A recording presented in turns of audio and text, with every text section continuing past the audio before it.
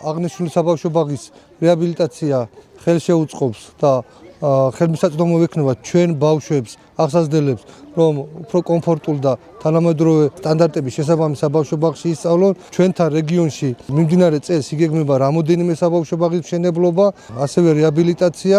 დღეს დავათვალიერეთ მიმდინარე პროექტი სოფელ რეხაში, სადაც მიმდინარეობს საბავშვო ბაღის რეაბილიტაცია, რომელიც არის გათვლილი ორ ჯგუფზე. მინდა გითხრათ, რომ აღნიშნული პროექტი ჩაბარდება მიმდინარე წელს, რომელიც მოიცავს დაახლოებით 9 მილიონიან ბიუჯეტს. ჩვენი პრიორიტეტი არის საბავშვო ბაღების რეაბილიტაცია და ახალი საბავშვო ბაღების მშენებლობა, ასე რომ ამ მიმართულებით აქტიურად არის ჩართული გორის მუნიციპალიტეტი, ასევე ხარდაჭერა გვაქვს ცენტრალური ხელისუფლებისაგან. მაქსიმალურად ვცდილობთ მეტი კომფორტი შევქმნათ ჩვენს პატარებს, რათა უკეთესი გარემო ჰქონდეთ განვითარებისათვის.